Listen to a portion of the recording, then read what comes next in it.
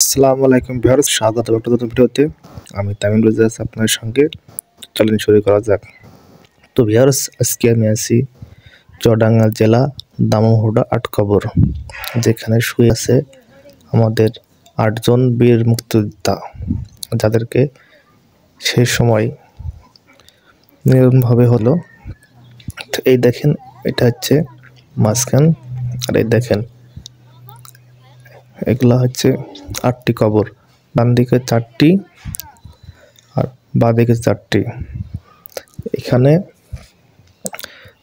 অনেক লোকই আসে এবং এসে এই যে দেখে যায়। দেখেন 1 2 3 4 অপোজিটে একইভাবে আছে 4টি। তো আল্লাহ হাফেজ, ভালো থাকবেন। ভিডিওটা এই পর্যন্তই। সুস্থ থাকবেন। আবারও দেখাবো অন্য কোনো নতুনতে।